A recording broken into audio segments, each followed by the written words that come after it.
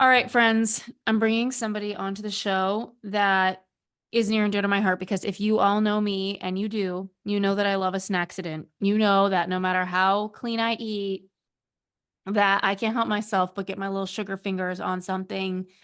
And I don't know why I'm telling you this, but even in preschool, I remember eating my cake flavored chapstick when I was a little kid at nap time. So I just got an Right. issue, and obviously we need to have Susie from SusieCakes on the show. So if you don't know Susan Sarich, and is it pronounced Sarich, by the way? Yeah, Yes, it right. is. Yeah. If you don't know Susan Sarich, you've got to. She is famous for creating SusieCakes, which if you haven't had a Susie cake, and I know they're, everywhere in California, or at least a lot of places that I go, their funfetti cake just is the bee's knees, and you've just got to know it. She's also just a queen of satisfying the sweet tooth and a 25-year veteran in hospitality. She graduated from Cornell's University School of Hotel Administration, which if you know the hospitality industry, you know that that's the place to go. And she then, she lent her talents to all sorts of different hospitality groups. And she had moved to Portland, Oregon, where she co-founded Zinc Bistro, honored as one of Zagat's America's top restaurants. And she has such a powerful story. I almost don't even want to tell you in the bio here, but I will tell you that she's a proud recipient of the Forbes 50 Over 50 award, as well as the EY Entrepreneur of the Year award in Greater Los Angeles. And she's also somebody that is a new friend. We share a lot of very special friends together. And after years of eating her funfetti cakes, it just feels correct that we finally get to hang here on U-Turn Podcast. So today I want to talk to Susan, whatever you want to call her, each one works, all about business. Like, I feel like we live in a world where brick and mortars feel like a scary thing. People don't want to do it. They're scared of it. But there's something so cool about it after me having an e-learning platform selling e-courses where it's like not even tangible. You get to watch people eat your cupcakes, your cookies, have parties with them every single day. It's so much fun. So without further ado, thank you so much, Susan, for coming on the show. Thank you for having me. I'm excited to chat. Me too.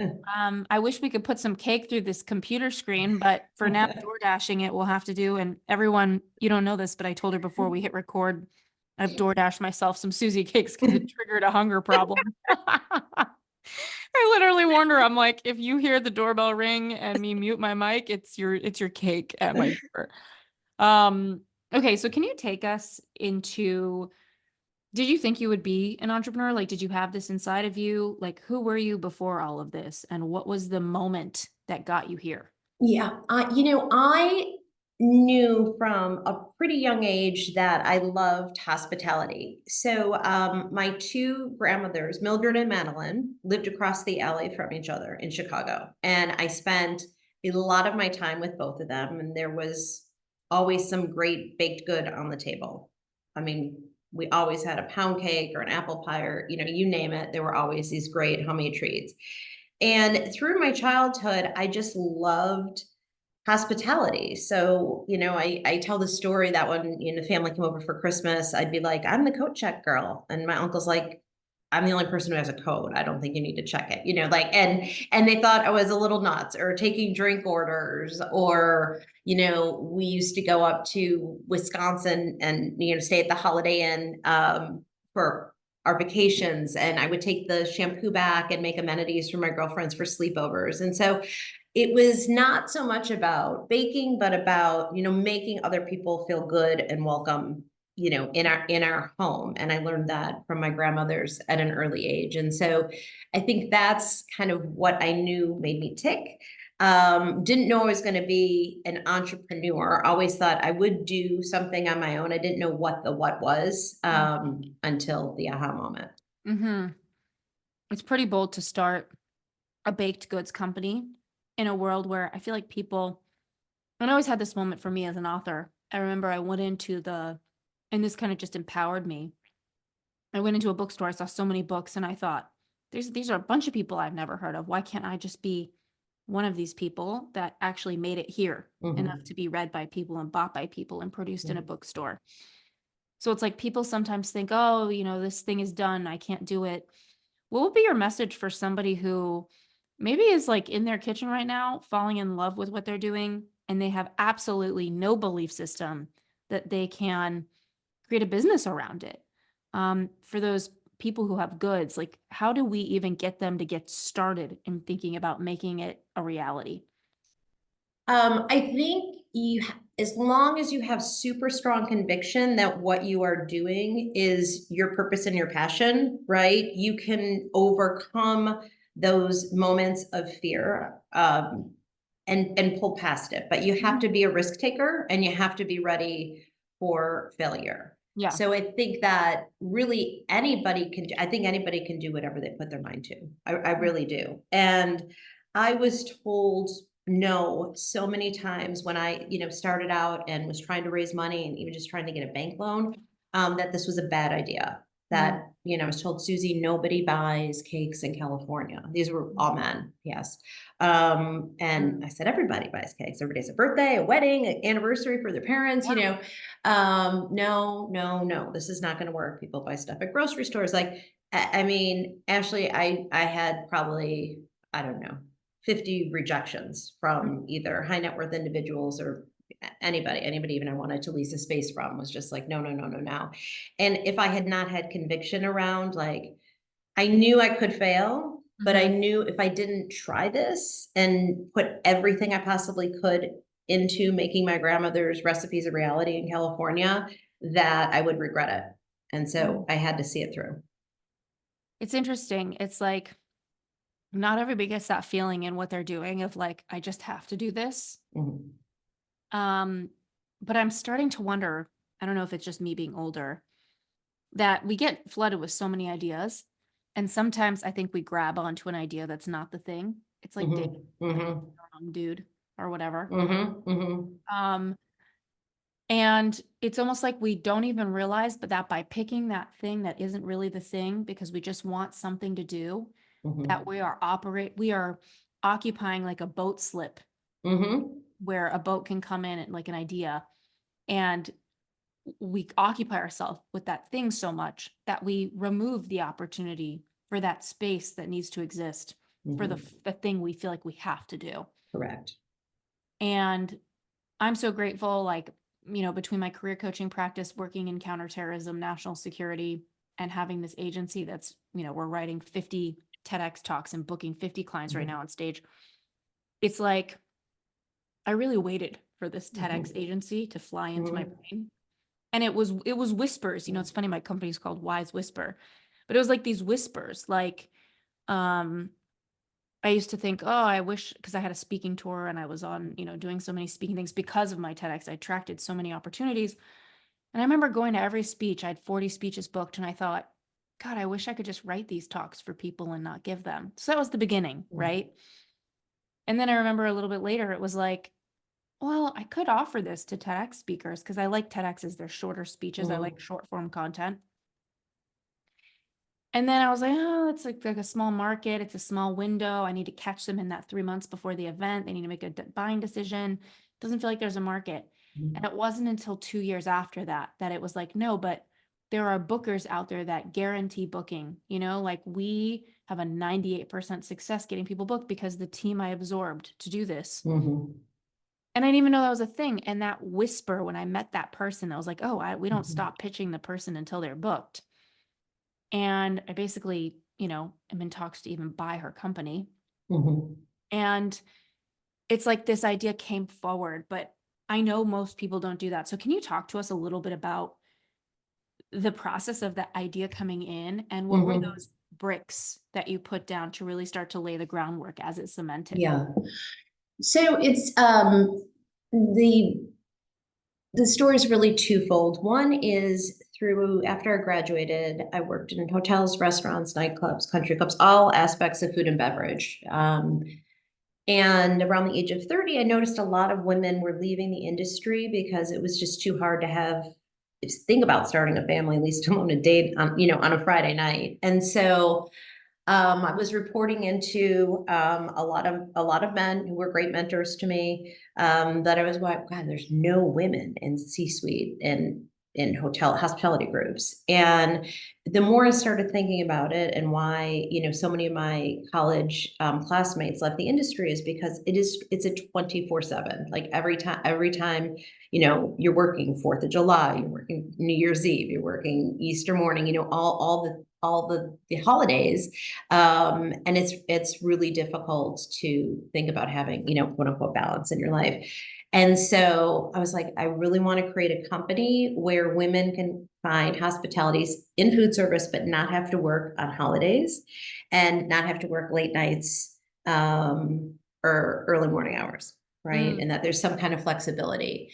And so that was like one piece that was playing in my mind. So that was like around 30. Mm. Then once I moved to California and which it was transfer for work, and I was going out to eat and everything. I don't know if you remember when desserts, or they still are now sometimes, so highly complicated with so many ingredients that you don't even know what you're eating. It's like, I don't really want mango with coconut, with chocolate sauce and creme anglaise. Like, it's just too complicated, right? Like, just give me a bowl of vanilla ice cream and chocolate sauce. Mhm. And so the more we went out to eat, I felt like desserts were just too much, and that people really just want the most simplistic, basic thing. And that was the aha moment of saying, oh my gosh, I've got all of the little 3x5 handwritten recipe cards, all the little tin boxes that say from the kitchen of Madeline, and I need to bring these recipes to life. And I need to bring Midwest desserts made with butter, flour, sugar, and eggs to California, because California is in a dessert deficit. I was convinced. Mm. And then you couldn't knock me off of that. When those two things kind of came together, like, this is the idea. Mm. And then it was just, forging ahead to make that happen. I love that so Yeah. much. I love the idea of a dessert deficit. That is like the best phrase. I feel like I'm operating a dessert deficit at all times. I feel like when you believe that there was a market, which was like in your bones and other people didn't get it, right? Obviously, there had to be a moment where you were like, maybe they're right. Correct. Was there a Yes. moment like that? Or were you There just was, like, some of her? Yeah. no, there was definitely that moment. So I wrote a business plan, and What is it even in a business plan for everybody listening? Because what they is, might, okay, so there's the idea, and there's explaining the need or the void you're filling with that idea or product or service.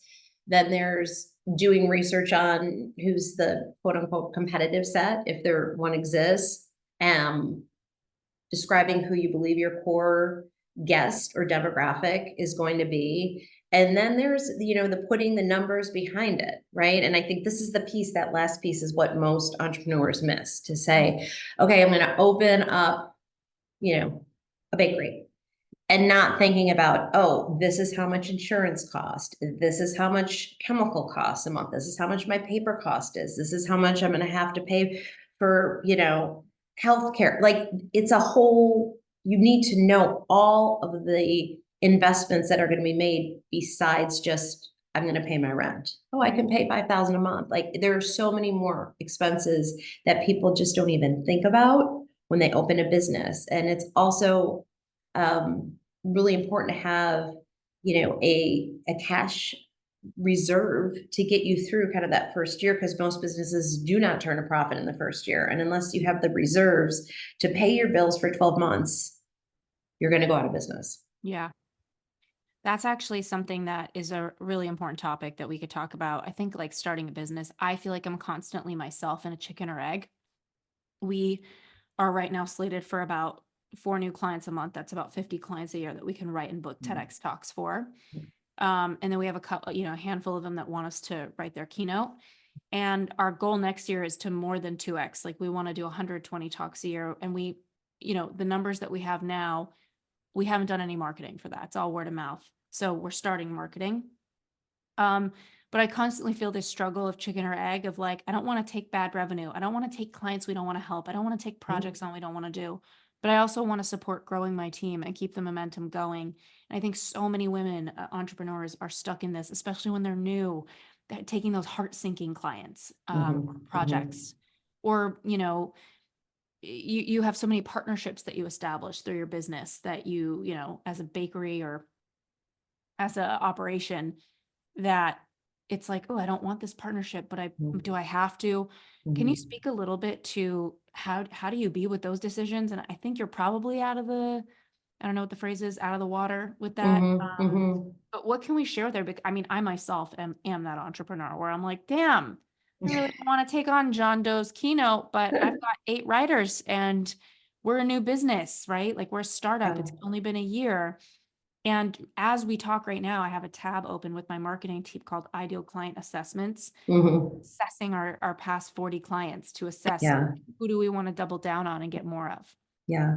The way I've always looked at that is through the lens of stay true to your values. So I had, 6 values that, are true for my life and for SusieCakes when I started out. And so I run everything through these 6 values, right? Like when I'm making a decision, like, does it fit this, this, and this? And if anyone is kind of against my value structure, I don't do it. And it's a very kind of absolute In-N-Out burger type of thing. So like they just serve burgers, right? You can't get chicken fingers there.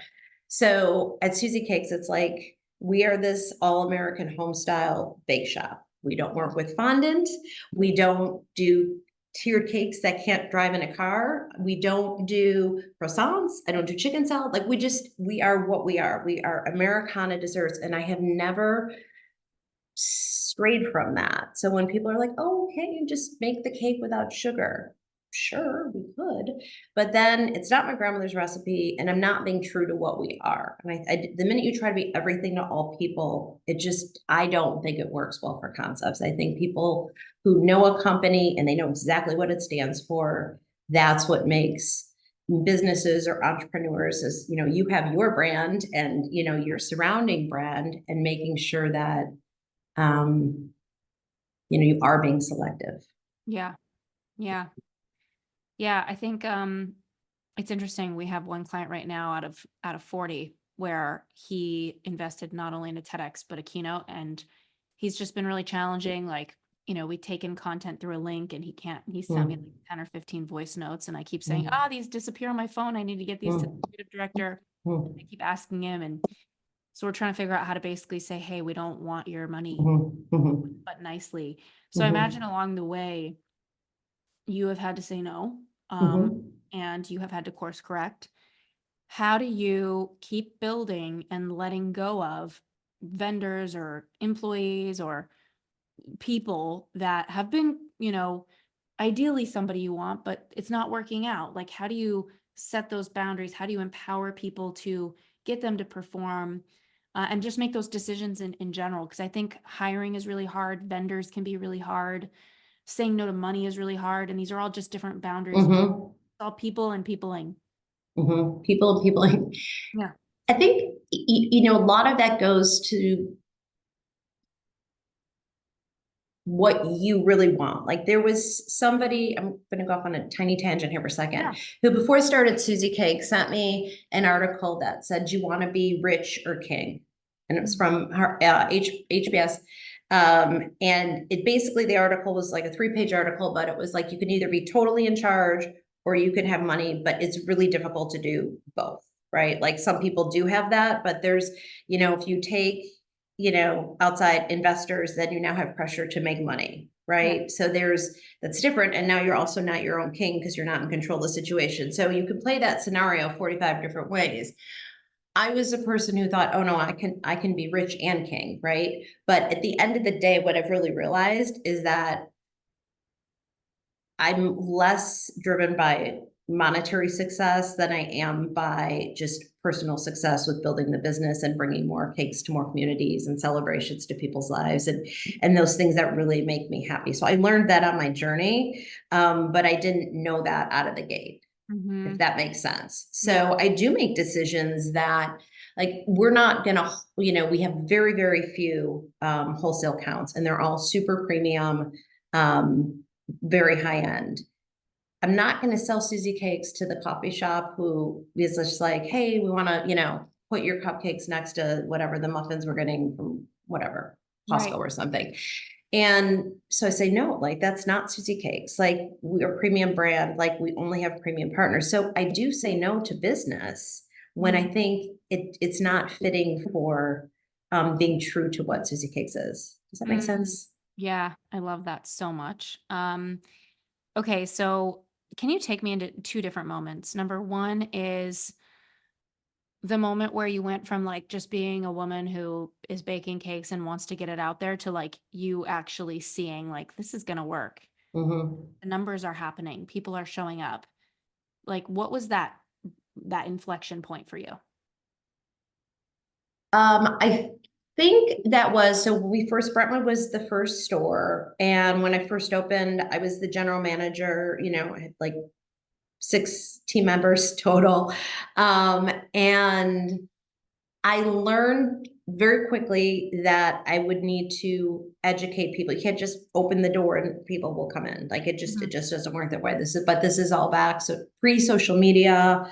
So everything really needed was true word of mouth, which really played to our business, because if you need a donation for your child's fundraising activity, right? And I give it to you and you take the sheet cake to a party, 50 people taste the cake. Mm-hmm. And so I was really out there, like working the business. I wasn't working I was working inside the business. Yes, I was running the cash register, but my goal was not to be in the back baking. It was to be out front and talking to guests and engaging with guests and understanding what they wanted, what they needed, and how I could best support the community that was supporting us. So I think that's another piece that people kind of miss when they think about a business, is that you are the face of that brand and you have to market it. Right. And if you don't, with something new, people will never know about you. Now it is a bit easier now with, social, but back in the day, it was truly word of mouth. And so probably 6 months in, we started getting some pretty big celebrity names coming in or sending their assistants in to get stuff. And that's when I'm kind of like, I think I might be making it now. Because I knew that just some of those endorsements back in the day, which were not sponsored, were really valuable to me. And then I'm like, I think this has legs. It was 6 months in. It was about 6 months in. Okay. And like when you think about your first moment where you went from like just a woman who was like baking cakes to charging, were you like starting on were you going to bake sales and farmers markets, or what were those early? Yeah. No, I wasn't. I was never, I was really never in the kitchen. My whole career was in the front of the house. So I learned, I think that was another, kind of plus for me, is that I wasn't necessarily a baker. I had these wonderful recipes, but I had been in business and worked for some great companies where I learned marketing and finance and human resources and all of the thing, and real estate, all of the things that those are all skills you need. And so I'm a little bit of a jack of all trades, master of none, but I think that's important.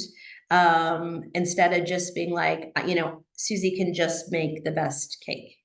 I love that so no, much. it's like Susie's like a businesswoman. That's what you're showing people right now.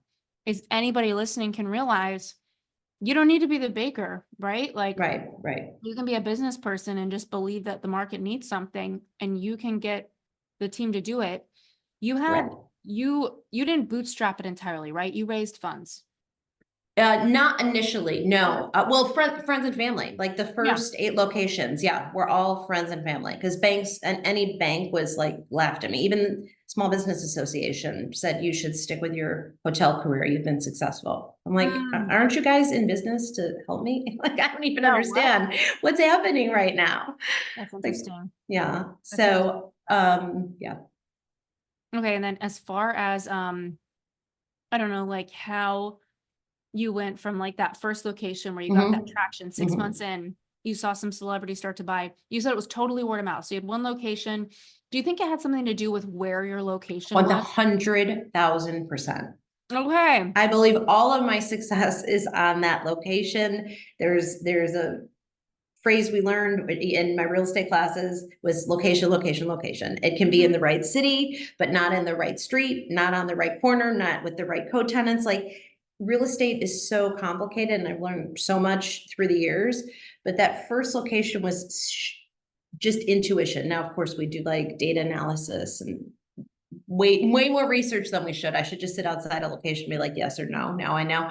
But when we found that location, I wanted it to be where there was a neighborhood and a community, and people had kind of like their little downtown area, and that's kind of how Brentwood is. And there are dogs and, you know, baby strollers and, you know, all of those things that for me were very reminiscent of my childhood growing up, and like families doing stuff together and caring about their neighbors. Mm. So then once I got my heart set on that piece of real estate, then I had to convince the landlord to rent to me because of course I'm an unknown entity. And he was a very nice man. His name is Michael. He's still our landlord today, 18 years later.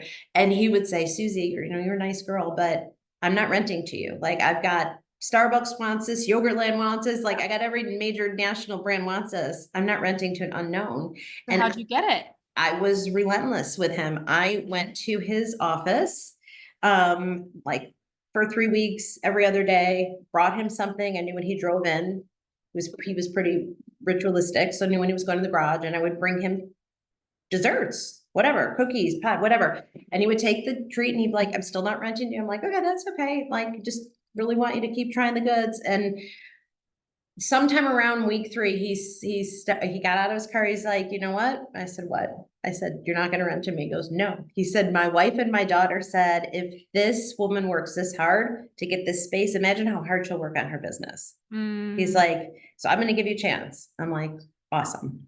Oh my And God. so I don't know how long I would have kept doing that, but I don't know. Maybe there was divine intervention as I was reaching What my was that breaking point. location? Where is it? Brentwood. It's on San Vicente in Barrington. Yeah.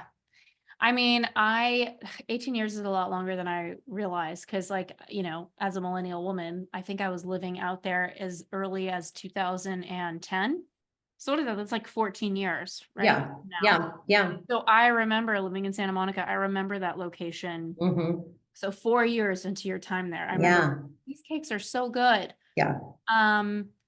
So, I mean, you know, what you're doing is you're really sharing the simple thing that people forget, especially in a world that's kind of obsessed with influencers and marketing, is like marketing sometimes is more important than mastery. Like, Mm-hmm, but mm-hmm. don't market something that people aren't going to like, because then you Correct. can't even, now you're just in refund and bad feelings land. Talk to me a little bit about that shift from like you got started, you had that intuition around the real estate. You believed in what you were doing. You're a businesswoman, so you weren't like sitting there at bake sales. Bootstrapped, raised money from friends and family. Talk to me about how you communicated to people to get them to believe in what you were doing, because you were doing something as a businesswoman that made people want to trust you. I think I have that special something. I don't know how to explain it. But people give me feedback. Oh, that's a gift of yours. Everybody wants to do business with you. You have it too. So what do you think you're doing that make people want to trust you and buy from you and work with you, especially early days? Yeah, I think because I never viewed it as that I am selling baked goods. Like, I've always positioned what I do and what the purpose of the company is, connecting through celebration. So I genuinely want people to take a cake to a party and celebrate somebody or something, right? And these are things that everybody loves to do, even though everybody is on their phone and, you know, worlds become so impersonal. I think it plays to our concept because we're a very back to basics, like sit across the table from somebody, sing to them, and then celebrate them, right? And so I just, when I would talk to people, I wasn't like, oh, I need to sell this person a cake. I'd be like, I need to create the most special cake for the person that they're celebrating, because that will make them loyal to this brand, because we actually care about where the cake is going and who it's honoring. Does that make sense? And Yeah. that's way easier said than done, especially as we grow. Sure. And I'm not the person actually selling the cakes. Yeah. That is way easier said than done. Like, you bring up a really powerful point, because at the end of the day, like if I look at my business, like we're selling TEDx talks, it's a very personal service, right? Like story, and it's going to be like what they're known for. And as we take a look at that, it feels hard sometimes because we have our scope, right? We have our step-by-step. This is what we do. We write your partial draft, we write your full draft, da, da, da. And I was actually, like I was referencing with you, my ideal client list. We were looking at the ones that it just went so smoothly. There was no scope issues. They love what we were doing. And it's funny, we looked at, most people are really happy with our work, but we didn't enjoy everybody, right? Like, and as I was looking at that, I was thinking to myself, well, a lot of these people that were out of scope, they wanted us to be above and beyond, which is what you're talking about. Like, it's like really tuning into them and their needs. And there's some clients that they're really nice, and that's the secret of business, right? But I'm like, I'll go out of scope for this guy. I really like him. And then the ones that are kind of rude, you're like, I'm not going out of scope. You're rude. And that's just humans, right? How do we stay balanced as people, as business owners, when those opportunities to go above and beyond is exactly that? It's above and beyond. Like, how do you keep yourself sane, especially in those early days? Yeah. You've got, for me, it was making sure that we were like setting the groundwork. Like maybe every experience doesn't need to be, this like, aha, wow moment, like with this beautiful cake. Like maybe it's just the guy coming in for a chocolate chip cookie at 3 o'clock because he just can't be on the phone one more minute, or because he just like signed a great deal and he wants to celebrate, right? So maybe there's joy in this celebration too, right? So kind of finding a way where you're still giving that care, no matter somebody spending $500 or $2, right? So, but trying to instill that in the team, that's where the hard part about hiring and recruiting and training and all of that, when you start to scale, gets really, really complicated. Yeah. That's probably the most complicated part of the business for us now. Yeah. Yeah. That makes total sense. Okay. Take me a little bit into, you talk about that first success, that first traction, but then there's that, it's almost like you went from a nothing to a something, and then it's like a something to a real something. So you see people coming into your location. How did you go to sleep? Like, did you accrue enough funds through family and friends to say, I can cover rent for a year and I'm just betting on myself? Like, how did you from that kind of situation of like survival to thriving? Yeah. It was having the cash reserves was one thing, and it was seeing, I knew, before we got those couple celebrity purchases, that the sales were going up every single week, right? So I knew that I was on a good trajectory, and I know that everybody doesn't need a cake every week. I wish people did, but they don't. And so They're not me. they're not you. Okay, maybe, Sally's not going to come into SusieCakes until it's her boyfriend Jack's birthday, and then she'll come in, and then she'll see all the great things we have, and how it's not just cakes, but we have daily snacks and cookies and bars and pies and all the things. And so I knew that I had something, and then probably 8-month mark or so, people started coming into the Brentwood store being like, you really need to open in the Valley. We're driving all the way from here or there, or we're in Malibu, and Susie, why don't you come here? And so I started kind of in my mind saying like, okay, so people are asking for up here, people are asking down near Manhattan Beach. And it was so painful to go through that first sort of fundraising activity, and having the rejection and getting people to give me any type of money. I was like, you know what, I'm going to raise funds now to build 3 more. I'm not going through this fundraising thing again, because it's a real drag. So now that the original investors I had are seeing how quickly I'm paying them back, I also paid investors back before myself.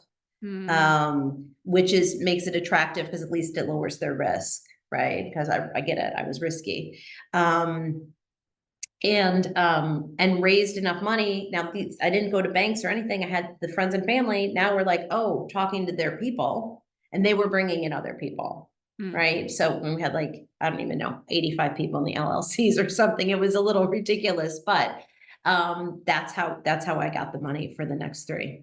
And then we built Calabasas, Manhattan Beach, and Newport Beach. And did you consult anyone as you were like figuring out those numbers? Because I feel like for me, I'm not a numbers person and I am a business person. And I think a lot of people, Mhm. that's a huge block is they're like, I want to raise money. And that's a networking thing. But then there's Correct. also the numbers thing. Like you need to have Yes. a deck, you need to have Yeah. a spreadsheet, and then you need to have great persuasion skills, not just because the product sells itself, but because people are parting with their money. So Sure. yeah. Yes, I did. Yeah, numbers are not my strong suit, and my CFO today will tell you that as well. Yeah,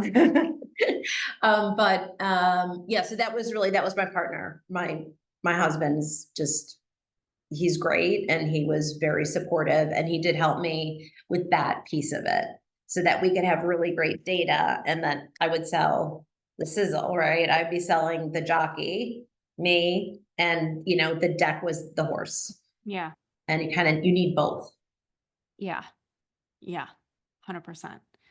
Um, okay. What have I not asked you about business and entrepreneurship? I mean, I know I could ask you about hiring, choosing Yeah. talent. Numbers aren't my thing. I'm better at choosing talent than I thought. I thought I was bad at it Mhm. because I burnt through 3 project managers, all with the same name.